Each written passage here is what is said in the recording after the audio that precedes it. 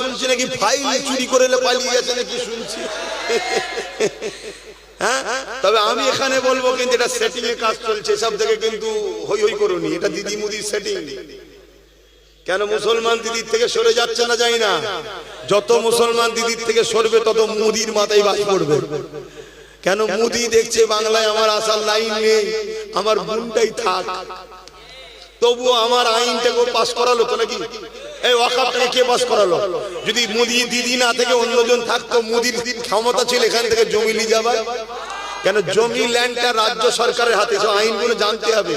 রাজ্য সরকার যদি না দেয়, সেন্ট্রাল গভর্নমেন্টের ক্ষমতা নেই এখান থেকে এক টুকরো মাটি নিয়ে যেতে পারে, এটা রাজ্য সরকারের হাতে। তাহলে মোদি দেখছে এখানে দিদি চলে যায়, আমার বোন চলে যায়, অন্যজন যদি ঢুকে পড়ে, আর বিশেষ করে যদি নওশাদ আর তার সাথীরা চলে আসে,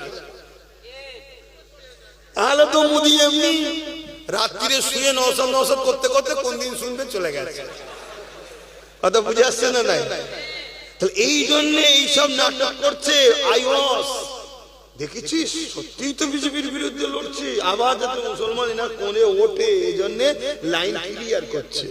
এত ঘাবড়াবার কিছু, এসব দেখে যেন আবার দিবানা হয়ে যাও। হারে